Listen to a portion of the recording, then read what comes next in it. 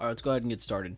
So we pretty much have our break above set. It's basically 397.30. This general vicinity is kind of the break above, right? Whoops, that's not what I wanted to do. Thought I had the rectangle tool. But this is essentially the area you want to look past for longs to truly take over outside of this range. You do have the previous day close for them to try to short-term sit on. So if they don't break this, there's still a good chance they try to hold the meat of the pre-market low. Because marking a pre-market low down here isn't going to help. So I'm going to go ahead and mark 395 at 16 because that's kind of the meat of all of this extended hours trading all the way into the pre-market. I'm not even really caring about that candle today. Yesterday's open, yesterday's low, and that's basically it. We have everything set. Pan it up a little bit just so we could see everything, but we see our targets up here. I added this level in between that's not part of the chart link from last night. I didn't really like that this range from 397.30 up to 400 were so what felt wide. So I added 399 in between. So that'll be the first target. That'll be the second target if this area breaks. If we get a break of 395, we have to assume they want to try to retest 394, maybe even 392.60. But this would be the big key level today if they did pull back, because this is kind of where price pushed up to, held under, consolidated. So there's a lot of volume sitting right here.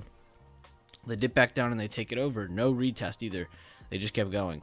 So this is going to be a big key level to go hold as support if they do end up cracking 395 and 394. So we'll keep that on watch. But let's go ahead and type this up. Real quick, though, before I move on, let's talk about bigger time frame. Which I shared this last night as well, just so everybody had it. But buyers will be looking to fight over 396s right up here. To retest 400 again with 403, 405, 407, and 411.70s above. Bears looking to maintain under 400 to keep the price down and break 386s in the grand scheme of everything. 386 to 400 is the current range for SPY. That's again the area between that 13 to almost 14 day of consolidation where they held it as resistance, so 386. And then we have our 400, the level that we pushed up to after retesting and rallying, and we rejected almost a real first time, a second, third time, and now we're kind of getting back up here with a little bit of rising volume over the previous day from that little retest we had. So they went down and almost tested the area we thought. Now the big question is, are we going to range trade between here? Are we going to break out, hold on top, continue higher? Are we going to move lower? Are we just going to range trade in here for a little bit until more catalyst comes out, more bigger news from the Fed or any kind of CPI data? We need to see. So that's generally kind of what we're looking at on the bigger time frames and the smaller time frames. Give me a thumbs up if you understand what we're looking at here in the YouTube chat. And while y'all do that, I'm going to start typing this up so we can get it ready for having on a list. So let me type this up.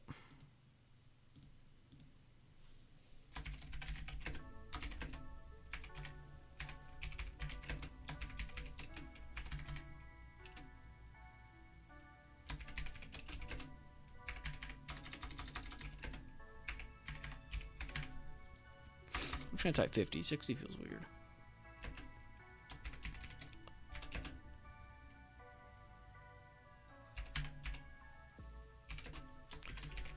Below 395. Target 394. Target 2. 392.65. SPY calls with stop loss at 395.80 is looking good here if we can hold over today's open. It's essentially what a lot of people should be looking out for, a hold of today's open and a break over 397.30s. Taking calls and breaking over today's open, keeping your stop loss at 395.80, and now we're up at 398.30. Jesus, I cannot speak today.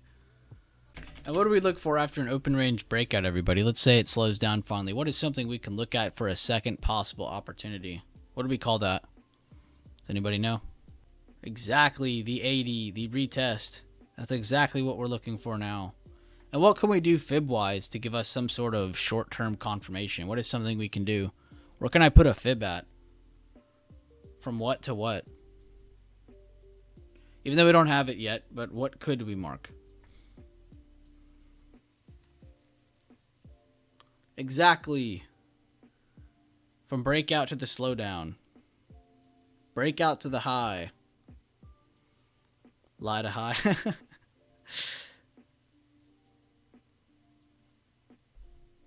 So let's just say it. I'm not saying it is right now because we don't have confirmation yet. There could still be a new high made right here.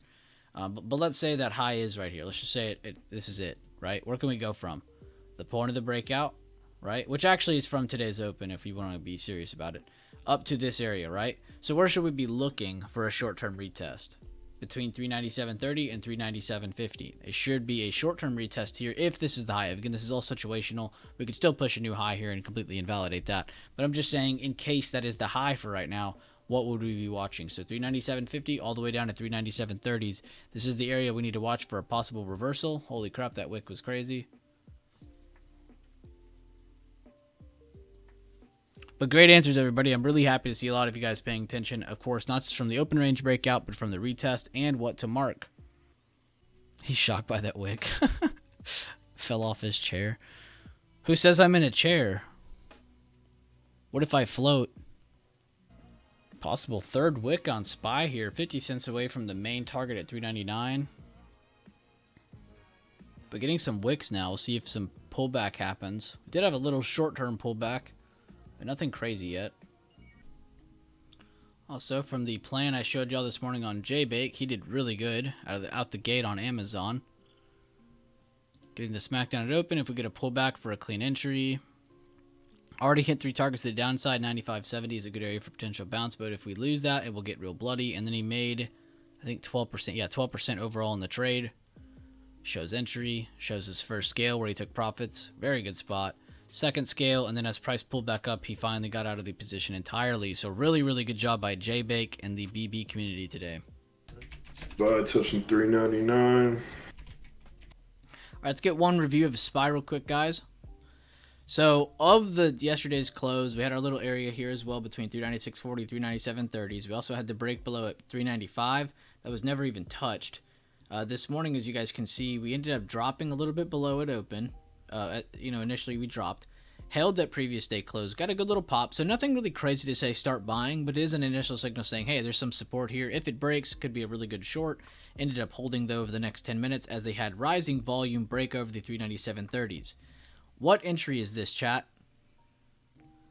What entry is this called? What do we call this type of entry? Rising volume as it breaks a current or a certain price, the level we were looking at for above.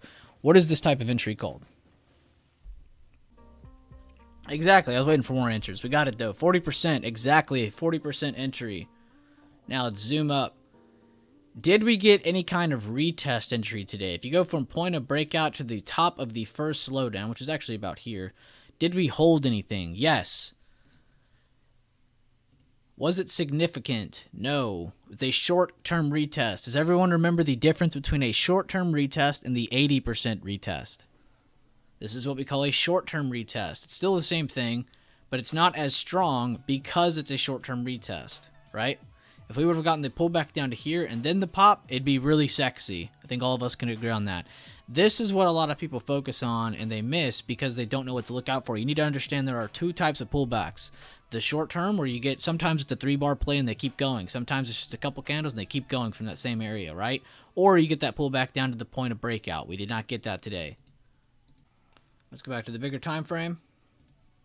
Now on the daily time frame, we did exactly that. We ended up holding this area here, and we talked about possibly testing the 399, 400 area. We ended up breaking it today in a really good breakout. Our first area of saying, hey, this is possibly bullish, is when we held the previous day high and 396.30s. We ended up holding that and getting a good bounce today. You see, we still have low volume, but it's not fair to say because the day is not over. But still nice to see a little higher open after a bullish kicker too. Bullish kicker, higher open. You got good momentum by bulls. Basically, as long as they're holding this 399, you should be bullish. We do still have to worry about 403, 405, 407, and then, of course, the more important 412, which is the ultimate resistance that we have not passed in months. So we will be focused on that.